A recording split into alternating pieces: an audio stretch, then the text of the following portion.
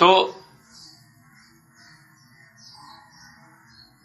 बोध की जो कल बात आप कर रहे थे तो अध्ययन से चले अपन। हाँ, अब इसको व्यवस्था को छोड़ दिया। ठीक है। हाँ, बोलिए। तो साक्षात्कार बोध अनुभव को एक बार 4:30 की बात हो गई। साक्षात्कार बोध और अनुभव को एक बार बताएं। तो उसमें अनुभव विधि से, अनुभव मूलक विधि से देव मानव, दिव्य मानव, मानव की बात हो गई। वो तो हो गया। अनुभव गामी विधि हाँ, से उसी की बात कर इस जगह में हम पहुंचते हैं। हाँ, अनुभव गामी विधि से साक्षात्कार की बात आती। ठीक बात। और अनुभव मूलक विधि से प्रमाण की बात आती। ठीक बात। ठीक हो गई। ठीक बात। तो जो अनुभव गामी विधि से जो साक्षात्कार है, सर्वप्रथम मानव का अध्ययन होता है। उसके बाद सहअस्तित्व का, सहअस्तित्व में मानव का अध्ययन पूरा होता है। सहअस्तित्व रूप में ही मानव का अध्ययन, विकास, क्रम विकास, जागृति, क्रम जागृति, 4 सेक्शन में ये पूरा का पूरा होता है। इसका साक्षात्कार होना,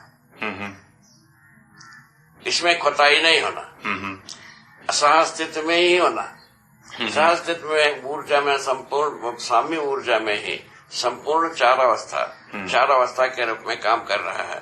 ये ज्ञान होना, ये ज्ञान होने के बारे में कहा सहअस्तित्व दर्शन ज्ञान।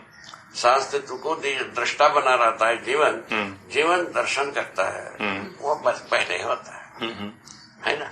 उसके बाद आता है जीवन ज्ञान। सहअस्तित्व में ही जीवन ज्ञान होता है। जीवन ज्ञान जो है ना, सहअस्तित्व को छोड़ करके करता है, ऐसा हो ही नहीं सकता।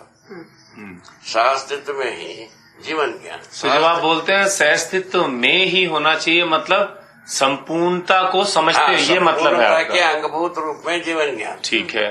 संपूर्ण जीवन जो ज्ञान होगा, संपूर्ण जीवन में जो ज्ञान होता है, वो एक जीवन में भी वही ज्ञान होता है। मानवीयता पूर्ण आचरण ज्ञान।